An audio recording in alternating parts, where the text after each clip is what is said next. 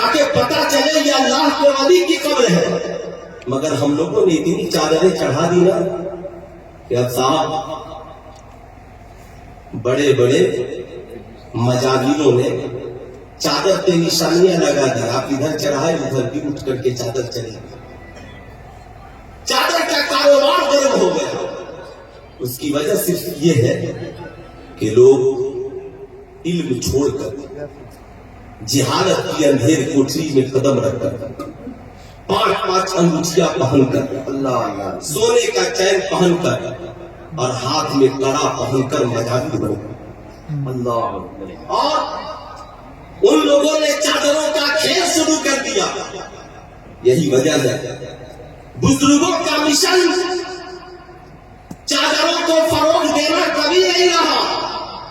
ان کا مشن تھا کہ اللہ کی وحدانیت کی تبلیغ ہو, رسول اللہ کی رسالت کی تبلیغ ہو, اس قوم کو عروج ملے, یہ قوم ترقی کرے. یہی وجہ ہے مخدوم سمنا کے والد گرامی نے اپنی حکومت میں سمنا میں 1000 مدرسے بنوائے. مصطفیٰ جان رحمت نے مسجد نبوی شریف کی تعمیر سے پہلے صفحہ جیسے چبوترے پہ پڑھانا شروع کیا. حضرت خواجہ غریب نواز نے سب سے پہلے دینی تعلیم دینا شروع کیا. سرکار بڑے پیر دستگیر نے پوری زندگی وہاں کے نظامیہ میں پڑھاتے رہے. آپ اعلیٰ حضرت کی زندگی دیکھیں, حافظ ملت کی زندگی دیکھیں, مجاہد ملت کی زندگی دیکھیں. یار آج کی رات میں تو سب سے بڑی فضیلت حضور حافظ ملت کی زندگی دیکھیں. آپ سے میں پوچھنا چاہتا ہوں, کیا سرکار سلطانی کی زندگی یہ نہیں بتا رہی ہے کہ سرکار سلطانی نے مدرسے کی بنیاد پہلے رکھی اور ان کی خانقاہ کا وجود بعد میں؟ ایمانداری سے بتاؤ کیا ضرورت تھی ان بزرگوں کو ادارے قائم کرنے کے؟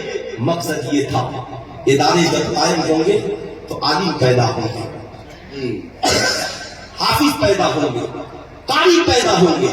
جب عالم حافظ اور قاری پیدا ہوں گے تو مزاروں پر چادر کا سودا نہیں ہوگا, بلکہ ایک چادر چڑھے گی, مزار کی بھی حفاظت ہوگی اور اسلام کی بھی حفاظت ہوگی. سبحان اللہ, سبحان اللہ. اسلام کی بھی حفاظت ہوگی. بے شک آپ ایمانداری سے بتائیں, لوگ کہتے ہیں عالموں نے کیا کیا. میں پوچھنا چاہتا ہوں, یہ عالم نہیں ہوتے آپ کو کلمہ کون پڑھاتا؟ یہ عالم نہیں ہوتے آپ کے بچوں کو قرآن کون پڑھاتا؟ یہ عالم نہیں ہوتے آپ کے بچوں کو دنیا کی کتابیں کون پڑھاتا؟ یہ عالم نہیں ہوتے مسجد میں جمعے میں کھڑے ہو کر ایمانداری سے بتاؤ قوم سے کی اصلاح کی گفتگو کون کرتا؟ یہ عالم نہیں ہوتے تو تمہارا نکاح کون پڑھاتا؟ یہ عالم نہیں ہوتے تو حلال کیا ہے حرام کیا ہے بتاؤ ایمانداری سے اسے کون بتاتا؟ آج لوگ کہتے ہیں اگر یہ عالم نہیں ہوتے تو ماں کی فضیلت کو کون بیان کرتا, باپ کی عظمت کو کون بیان کرتا؟ ایمانداری سے بتائیں, آج اتنے سارے بچے یہاں پہ اسکول میں پڑھنے والے بیٹھے ہیں. میں آپ سے پوچھنا چاہتا ہوں, نرسری سے لے کر PhD تک بھارت کی کسی سنستھا میں کیا کوئی ایسی کتاب پڑھائی جاتی ہے جس میں بتایا جاتا ہو تمہارے لیے اچھا کیا ہے برا کیا ہے, ماں کی عظمت کیا ہے, باپ کی عظمت کیا ہے, شوہر کا حق کیا ہے, بیوی کا حق کیا ہے, کھانے کا طریقہ کیا ہے, پینے کا طریقہ کیا ہے؟ ایمانداری سے بتائیں, بچہ ڈاکٹر بن گیا پتا نہیں ہے حلال کیا ہے حرام کیا ہے, بیٹا انجینئر بن گیا پتا نہیں ہے کہ باپ سے گفتگو کرنے کے آداب کیا ہے, بیٹا بہت بڑا IPS افسر بن گیا پتا نہیں ہے کہ حلال کیا ہے حرام کیا ہے. اس لیے سلطان رضا ہمیشہ کہتا ہے میٹرک پاس کر لینے سے انسان تعلیم یافتہ نہیں ہو جائے گا, انٹر BA MA پاس کر لینے سے, ڈاکٹر PhD کی ڈگریاں حاصل کر لینے سے انسان ڈگری ہولڈر علم والا تو ہو سکتا ہے مگر اس کی زندگی میں نکھار تب آئے گا جب اس کی زندگی میں سیرت مصطفیٰ آ جائے, اس کی زندگی میں انقلاب تب آئے گا جب اس کی زندگی میں سیرت مصطفیٰ آ جائے. ورنہ ایک ڈاکٹر کھڑے ہو کر شراب پیے لوگ کہیں گے ڈاکٹر ہے مگر شرابی ہے, ایک انجینئر جوا کھیلے لوگ کہیں گے انجینئر ہے مگر جوانی ہے, ایک IPS افسر رشوت لیتے پکڑا جائے کہے بہت بڑا IPS افسر ہے مگر بہت بڑا گھوسخور اور رشوت خور ہے. اس لیے کہ اس نے ڈگریاں دنیا حاصل کی ہے، حلال کیا ہے حرام کیا ہے یہ نہیں جانا، مگر کرم ہے اللہ رب العزت کا کہ اس نے ہمیں اسلام جیسا مذہب عطا کیا ہے، مصطفیٰ نے رحمت جیسا پیغمبر عطا کیا ہے، قرآن جیسی کتاب عطا کیا تاکہ میرے بندے نبی کی زندگی کو پڑھ کر اپنی زندگی کو سنوار لے، قرآن کو پڑھ کر حلال اور حرام کو جان لے۔ یاد رکھیے گا، ایمانداری سے بتائیں، اسلام وہ پیارا مذہب ہے جس نے سب سے پہلے اعلان کیا طلب العلم فریضۃ علی کل مسلم و مسلمہ، علم حاصل کرنا ہر مسلمان مرد عورت پر فرض ہے، مگر اس سے مراد میٹرک کی ڈگریاں نہیں ہے، اس سے مراد انٹر کی ڈگریاں نہیں ہے، اس سے مراد بی اے کی ڈگریاں نہیں ہے، بلکہ اس سے مراد یہ ہے ایک انسان پیدا ہو تو اسے پتا ہو عبادت کس کی کرنی ہے، رسالت کا اقرار کس کے لیے کرنا ہے، اسے پتا ہو ہمارا ایمان عقیدہ کیا ہے، اسے پتا ہو نماز کا طریقہ روزے کا طریقہ کیا ہے، اسے پتا ہو طہارت غسل اور وضو کے مسائل اور باقی کے مسائل کیا ہے، وہ مسلمان ہو تو اتنا پتا ہو سماج میں کیا حلال ہے اور کیا حرام ہے، امیر ہے تو زکات کے مسائل، امیر ہے تو حج کے مسائل، اتنا جاننا ہر مسلمان کے لیے ضروری ہے، مرد ہو عورت ہو بچہ ہو بوڑھا ہو جوان ہو انجینئر ہو ڈاکٹر ہو پروفیسر ہو۔ یہی وجہ ہے آپ نے دیکھا ہوگا علم کے حساب سے سماج میں سب کو عزت ملتی ہے۔ آج لوگ کہتے ہیں مولانا ہمیں عزت چاہیے، ہمیں سماج میں مقام چاہیے، ہمیں سماج میں رسپیکٹ چاہیے، کسی کو صاحب حسد جلن کرنے کی ضرورت نہیں ہے۔ مولانا عبدالسلام صاحب بہت ترقی کر گئے، ہم حسد کرنے لگے، مولانا انتظار کمال اشرف صاحب ترقی کر گئے، ہم حسد کرنے لگے۔ نہیں نہیں، حسد نہ کرے، رشک کرے۔ آپ یہ سوچیں مالک و مولا تو نے ان کو ترقی دی ہے، مجھے بھی ان کے جیسا حاکم بنا دے، مولا تو نے فلاں صاحب کو حاجی بنا دیا، مولا مجھے بھی ان کے پیچھے پیچھے مکہ اور مدینہ بنا دے، فلاں صاحب کو مالک و مولا تو نے عالم بنا دیا، ہمیں بھی ان کے صدقے میں عالم دین بنا دے۔ یاد رکھیے گا، مگر آج جو لوگ زبردستی برابری کرنا چاہتے ہیں، ایک بات یاد رکھیے، سماج میں کوئی چاہ کر بھی عزت نہیں پا سکتا اور نہ ہی چاہ کر کسی کی عزت کو گھٹا سکتا ہے۔ اللہ جسے چاہتا ہے عزت سے نوازتا ہے، جسے چاہتا ہے ذلت عطا کر دے، یہ اس کی مرضی ہے۔ رب کے فیصلے پر راضی رہیے، کوشش کرتے رہیے، مگر سماج میں عزت کا ایک ہی ذریعہ ہے، قرآن کہتا ہے اوتوا العلم درجات، جو پڑھے گا اللہ اس کے رتبے کو بڑھا دے گا، جو پڑھے گا اللہ اس کی عظمت میں اضافہ کر دے گا۔ قرآن کہتا ہوگا ڈاکٹر اپنے علم کے مطابق عزت پاتا ہے، انجینئر اپنے علم کے مطابق، پروفیسر اپنے علم کے مطابق، عالم اپنے علم کے مطابق، حافظ اپنے علم کے مطابق، سماج میں سارے لوگ اپنے اپنے علم کے مطابق عزت پاتے ہیں۔ لیکن آپ نے ایسا نہیں دیکھا ہوگا کہ ایک شخص ڈاکٹر ہو اور انجینئر کے پیچھے ہاتھ باندھ کر کھڑا ہو، انجینئر ہو پروفیسر کے پیچھے ہاتھ باندھ کر کھڑا ہو، پروفیسر ہو سائنٹسٹ کے پیچھے ہاتھ باندھ کر کھڑا ہو۔ نہیں صاحب، دنیاوی تعلیم میں کوئی کسی کے پیچھے ہاتھ باندھ کر کھڑا نہیں ہوتا، مگر قسم خدا کی جب ہماری قوم کا ایک بچہ دارالعلوم رضویہ دیگیا رحیمیہ سے فارغ ہو کر جب اپنی بستی میں پہنچا ہے اور پہنچ کر کے مصلح امامت پہ کھڑا ہوا ہے، کیا عالم کیا حافظ کیا ڈاکٹر کیا انجینئر کیا مکھیا کیا امیر کیا غریب، سارا زمانہ اس حافظ قائم کے پیچھے ہاتھ باندھ کر کھڑا ہو گیا۔ پوچھا ڈاکٹر صاحب آپ تو سماج کے بڑے پڑھے لکھے انسان ہیں، سب سے بریلینٹ ہے، عقل والے ہیں، آپ بتائیں آپ نے اتنی موٹی موٹی کتابیں پڑھی ہیں، مگر کیا بات ہے جب آپ کو کوئی مسئلہ جاننا ہو تو آپ مولانا انتظار کمال صاحب کو فون لگاتے ہیں، مولانا افضل مظفر پوری صاحب کو فون لگاتے ہیں، حضرت یہ بتائیے ہمارے لیے یہ کام کرنا کیسا ہے، ہمارے لیے یہ کام کرنا کیسا ہے۔ اب صاحب میڈیا والوں نے جب پوچھا تو ڈاکٹر صاحب ذاکر نائک کی طرح دنیا دار نہیں تھے، جن کا لباس نہیں بدلا ہو بلکہ ان کا دل بھی بدلا تھا, لباس بھی بدلا تھا. ڈاکٹر صاحب نے کہا جانتے ہو میڈیا والوں, میں ڈاکٹر ضرور ہوں مگر میرا ضمیر مردہ نہیں ہے. سنو, ہم ڈاکٹر, انجینئر, پروفیسر, سماج میں تم ہمیں عزت بھری نگاہوں سے دیکھتے ہو مگر ہم اپنے عالم کو دیکھ کر کھڑے ہو جاتے ہیں. ہم اپنے عالم کا استقبال کرتے ہیں, ہم اپنے حفاظ کرام کی عزت کرتے ہیں. کہا اس عزت کی کیا وجہ ہو سکتی ہے؟ کہا اس کی عزت کی صرف ایک وجہ ہے. کہا وہ وجہ یہ ہے, ہم ڈاکٹر بنے ہیں, ہم انجینئر بنے ہیں, ہم پروفیسر بنے ہیں, ہم دنیا کے انسانوں کی لکھی ہوئی کتابوں کو پڑھ کر ڈاکٹر بنے ہیں, اور جو عالم بنا ہے وہ اللہ کی نازل کردہ کتاب عالم بنا ہے, جو اللہ کے نبی کی حدیث کو پڑھ کر عالم بنا ہے, جو حافظ بنا ہے وہ قرآن کے سینے کو, قرآن کو اپنے سینے میں محفوظ کر کے حافظ بنا ہے. سنو, جس عالم کی ہم عزت کرتے ہیں وہ مجھ سے, آپ کی حسن کی وجہ سے بڑا نہیں ہے, مجھ سے دولت کی وجہ سے بڑا نہیں ہے, مجھ سے حسن و جمال کی وجہ سے بڑا نہیں ہے, مجھ سے حسب و نسب کی وجہ سے بڑا نہیں ہے, بلکہ قرآن کی تعلیم نے اسے اونچا بنا دیا ہے, قرآن کی تعلیم نے اسے اعلیٰ بنا دیا ہے, قرآن کی تعلیم نے اس کے رتبے کو بڑھا دیا ہے.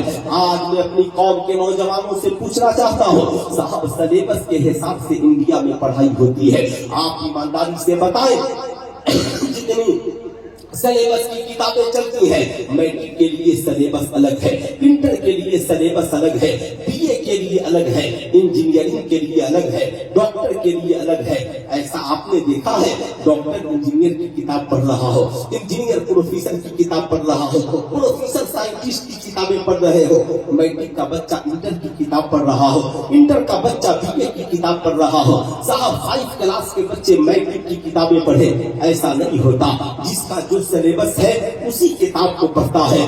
لیکن دنیا میں اللہ نے ایک ایسی کتاب کو نازل کیا, الحمدللہ, جسے دیکھو اس کتاب کو پڑھ رہا ہے, ڈاکٹر بھی اس کتاب کو پڑھ رہا ہے, انجینئر بھی اس کتاب کو پڑھ رہا ہے, پروفیسر بھی اس کتاب کو پڑھ رہا ہے, عالم بھی اس کتاب کو پڑھ رہا ہے, پیر بھی اس کتاب کو پڑھ رہا ہے, ولی بھی اس کتاب کو پڑھ رہا ہے, امام بھی اس کتاب کو پڑھ رہا ہے, مقتدی بھی اس کتاب کو پڑھ رہا ہے, باپ بھی اس کتاب کو پڑھ رہا ہے, ماں بھی اس کتاب کو پڑھ رہی ہے, امیر بھی اس کتاب کو پڑھ رہا ہے, غریب بھی اس کتاب کو پڑھ رہا ہے. جانتے ہو اسی کتاب کو قرآن عظیم کہا جاتا ہے. سبحان اللہ. کتاب کا کیا نام ہے؟ پورا مجمع ہاتھ اٹھا کر بول دے, کیا نام ہے؟ قرآن. ذرا زور سے بولے, کیا نام ہے؟ قرآن. کتنے لوگوں کے گھروں میں قرآن ہے؟ ذرا ہاتھ اٹھائیے. ماشاء اللہ, سب کے گھروں میں قرآن ہے. کیا بات ہے. اگر آپ کے گھر میں قرآن ہے تو دنیا کی بہت بڑی دولت آپ کے گھر میں ہے. لیکن میں آپ سے پوچھنا چاہتا ہوں, ایمانداری سے بتائیں, قرآن صرف رکھنے سے کام چلے گا یا قرآن کو پڑھنے کی ضرورت ہے, قرآن پہ عمل کرنے کی ضرورت ہے؟ آج کتنے مسلمان ہیں جو قرآن کو اتار کر کنز الایمان کی شکل میں پڑھتے ہیں؟ میں آپ سے کہوں گا, جب قرآن رکھیے تو کنز الایمان رکھیے. اس لیے قرآن کا ترجمہ کنز الایمان اگر آپ کے پاس ہے, آپ جتنی آیتیں پڑھیں گے کبھی گمراہ نہیں ہوں گے بلکہ ہدایت تک پہنچ جائیں گے. اس لیے کنز الایمان رکھیے. میں آپ سے پوچھنا چاہتا ہوں, کتاب ایک ہے, میٹرک کا بچہ بھی پڑھ رہا ہے, انٹر کا بچہ بھی پڑھ رہا ہے. میں نے ڈاکٹر صاحب سے کہا, ڈاکٹر صاحب آپ قرآن کیوں پڑھ رہے ہیں؟ کہا مولانا نہیں معلوم ہے, قرآن نے ریسرچ کا دروازہ کھول دیا ہے. سب سے پہلے جس نے انسان کی تخلیق کے گفتگو کی وہ قرآن ہے, جس نے کہا خلق الانسان من ماء دافق, ہم نے انسان کو اچھلتے ہوئے پانی سے پیدا کیا ہے. یخرج بین الصلب والترائب, جو مرد کے ریڑھ کی ہڈی سے اور عورت کے سینے کے درمیان سے نکلتا ہے. یہ قرآن ہے جو ریسرچ کا دروازہ کھول رہا ہے. میں نے دیکھا سائنٹسٹ قرآن پڑھ رہے ہیں. اللہ اکبر, ابھی تو تازہ خبر میں پتا چلا کہ پہلے صرف یہودی قرآن پڑھتے تھے یا اسلام پڑھتے تھے, مگر اب تو RSS کے لوگ قرآن پڑھ رہے ہیں. صاحب انہوں نے اپنے کتنے لوگوں کو مولوی بنا کر کے رکھا ہے جو صرف انہیں یہ بتائے کہ معاذ اللہ قرآن میں کہاں پر کیا. صاحب اے معاذ اللہ قرآن میں کمی نکالنے کے لیے انہوں نے عالموں کو تیار کیا. جیسے ہمارے یہاں کی جماعت, یاد رکھیے گا ہمارے علماء پہلے بتاتے تھے, علماء اہل سنت کہ دیکھو دیوبندیوں سے قرآن مت پڑھنا، عقیدہ بگڑ جائے گا، اہل حدیثوں سے قرآن مت پڑھنا، عقیدہ بگڑ جائے گا، صاحب وہابیوں سے قرآن مت پڑھنا، عقیدہ بگڑ جائے گا۔ میں نے کہا حضور قرآن تو وہی ہے، کہا قرآن وہی ہے مگر استاد جیسا ہوگا شاگرد ویسا ہی بن جائے گا۔ کرم ہے اللہ کا جس نے ہمیں امام احمد رضا جیسا عظیم امام عطا کیا اور انہوں نے قرآن کا ترجمہ کنز ایمان ہمیں عطا کیا۔ یاد رکھیے گا اس لیے کہ دیوبندی جب قرآن اٹھائے گا اور کہے گا صاحب کہ قل انما انا بشر مثلکم، اللہ اکبر، کہے گا کیا تم قرآن میں نہیں پڑھتے؟ معاذ اللہ نبی ہماری طرح بشر ہے مگر اس کے آگے بھول جاتا ہے۔ فرق یہ ہے بشر وہ بھی ہے ہم بھی ہیں مگر ان پہ وحی کا نزول ہوتا ہے، ہم پر وحی کا نزول نہیں ہوتا ہے۔ ظاہر سی بات ہے یہ بات تب وہ بتائے گا جب ہمارا عالم عشق و محبت کے امام بریلی کے امام احمد رضا خان کا ترجمہ کنز ایمان پڑھا ہوگا۔ ظاہر سی بات ہے یاد رکھیے گا صاحب جب کوئی اہل حدیث دیوبندی یا عقیدہ سے قرآن پڑھے گا کہے گا نہیں علم غیب کی کوئی دلیل معاذ اللہ قرآن میں نہیں ہے، مگر جب ہمارا کوئی سنی عالم قرآن اٹھائے گا کہے گا نہیں اللہ تیسرے پارے میں فرماتا ہے ما ہوا علی الغیب بدنی، یہ وہ نبی ہے جو غیب بتانے میں بخیل نہیں ہے۔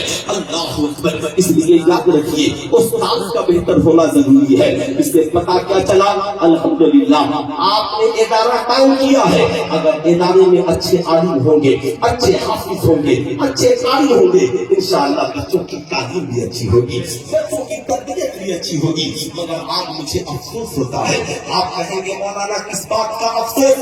آج جو کالج کا نظام بگڑا ہے، آج جو اسکول کا نظام بگڑا ہے، آج لوگوں کو مدارس کی بڑی فکر ہے۔ آج جس کو دیکھیے مدرسوں پر دو چار جملے لکھ دیتا ہے، جس کو دیکھیے صاحب مدارس کے خلاف 10 جملے لکھ دیتا ہے۔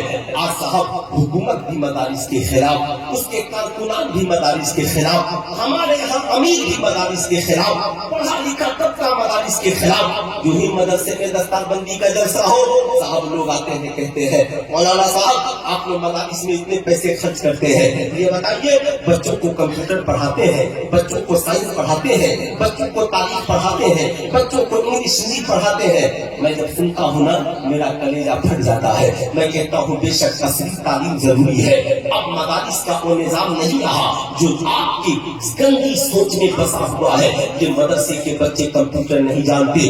میں تو کہتا ہوں الحمدللہ بھارت میں جتنی یونیورسٹیاں ہیں آپ وہاں جا کر پتہ لگائیے کوئی نہ کوئی بچہ الجامعۃ الاشرفیہ کا فارغ وہاں پر پروفیسر کی جگہ پہ موجود ہوگا، وہ چاہے بنارس کی ہندو یونیورسٹی ہو یا علی گڑھ کی مسلم یونیورسٹی ہو۔ اس لیے آپ مدارس کو نیچی نگاہ سے مت دیکھیے بلکہ آپ وہاں کی کمیٹی سے کہیے آپ میں جو بتانے جا رہا ہوں غور سے سنیے گا، آپ بتائیے مدرسوں کا مقصد کیا ہے اور اسکولوں کا مقصد کیا ہے؟ اسکول اور کالج اس لیے بنے تاکہ وہاں بچوں کو ڈاکٹر بنایا جائے، انجینئر بنایا جائے، پروفیسر بنایا جائے، بچوں کو ماسٹر بنایا جائے، بچوں کو جدید تعلیم سے آشنا کیا جائے۔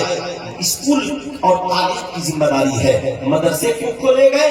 تاکہ یہاں اچھے حافظ بنائے جائیں، اچھے قاری بنائے جائیں، اچھے عالم بنائے جائیں، اچھے مولانا مفتی بنائے جائیں۔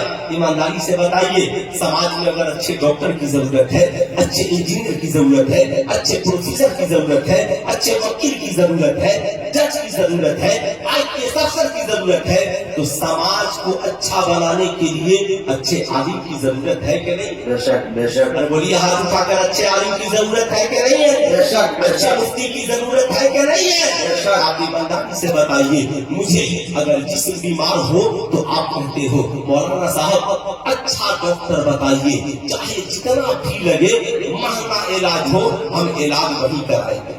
جی بولیے کراتے ہیں کہ نہیں کراتے ہیں؟ بے شک مظفر پور کا کوئی بہت بڑا ڈاکٹر ہے اور صاحب ایک غریب آدمی بھی ہو نا تو چندہ کر کے علاج کراتا ہے۔ میں آپ سے پوچھنا چاہتا ہوں جس بیمار ہو تو مہنگے ڈاکٹر کا انتخاب کرتے ہو، آج پورا سماج بیمار ہے، معاشرہ بیمار ہے، بیٹیوں کی روح بیمار ہے، عورتوں کی روح بیمار ہے، کردار و کریکٹر بیمار ہے، آپ اس کے علاج کے لیے اچھے عالم کا انتخاب کیوں نہیں کرتے؟ اچھے امام کا انتخاب کیوں نہیں کرتا؟ میں کہتا ہوں کہ صاحب ٹھیک ہے، بڑے دنوں کے بعد جلسے ہوئے، اگر آپ لوگ صرف بدلاؤ لائے نا تو مسجد کے اندر بھی جلسہ ہو سکتا ہے، لیکن آپ لوگ اس لائق نہیں ہوتے کہ آپ لوگ مسجد میں آئے، آپ کی طبیعت نہیں لگتی ہے۔ ہم پیسے بچا سکتے ہیں، میں کہتا ہوں سال میں 5-10 جلسے مت کیجیے، 3-4 لاکھ روپیہ کا بیلنس بنائیے، اور آپ اپنی مسجد میں جو امام رکھیے اس کا معیار اونچا رکھیے، حافظ ہو، عالم ہو، مفتی ہو، 10,000 نہیں 30,000 تنخواہ دیجیے، 40,000 تنخواہ دیجیے، کتنے خرچ ہوں گے پیسے؟ 4 لاکھ خرچ کیجیے سالانہ، اب اس عالم سے کام لیجیے۔ عالم صاحب میں آپ کی ساری خدمت کر رہا ہوں، مگر آپ میری مسجد میں درس قرآن ایک وقت شروع کر دیجیے، بچوں کو نماز کی تعلیم شروع کر دیجیے۔ میں کہتا ہوں بڑی بڑی کانفرنسوں سے جو مسائل حل نہیں ہوں گے، آپ اپنے علاقے کی علماء کو قدر کیجیے، ایک روز کی میری تقریر سے انقلاب نہیں آ سکتا۔ آپ کتنا ہوں بڑا خطیب بلا دیجیے، ہم لوگ ایک روز تقریر کریں گے، نذرانے لیں گے، چلے جائیں گے، انقلاب تو تبھی آئے گا جب یہ ہماری جماعت کے علماء بیٹھے ہیں نا، ان عالموں کی دعوت کیجیے، وہ دعوت نہیں جس میں آپ نے 500 لوگوں کو بلا لیا، نہیں، بند کیجیے یہ دعوت، نہیں، آپ اپنے گھر میں ایک مزاج بنائیے، دینی مزاج۔ آج سنڈے کا دن ہے، چھٹی ہے، میں بھی گھر پر، بیوی بھی، بچے سب گھر پر، آج بولیے عالم صاحب اصل بات 10-20 منٹ میرے یہاں آپ کی دعوت۔ آج میں آپ سے پوچھنا چاہتا ہوں، ایمانداری سے بتائیے، وکیل کے پاس جائیے اور اس کے چیمبر میں بیٹھ کر کہیے دانت میں درد ہے، پیٹ میں درد ہے، وکیل بیٹھانے دے گا کہ بھگا دے گا؟ بولیے، بھگا دے گا، ہے نا؟ چچا کو جگہ دیجیے، اب اس بڑھاپے میں تو بوڑھے لوگوں کو پریشان نہیں کرنا چاہتا، ہے نا صاحب؟ آپ ڈاکٹر کے چیمبر میں چلے جائیے اور بولیے میری فلاں زمین کو فلاں نے ہڑپ لیا ہے، کہے گا ہم یہاں علاج کرنے بیٹھے ہیں کہ تمہاری زمین کا فیصلہ کرنے بیٹھے ہیں۔ آپ سے میں پوچھنا چاہتا ہوں، کسی سائنسدان کے پاس جائیے اور جا کر بولیے قرآن میں یہ لکھا ہے، حدیث میں یہ لکھا ہے، وہ کہے گا سنیے ہم جدید ریسرچ کے لیے بیٹھے ہیں۔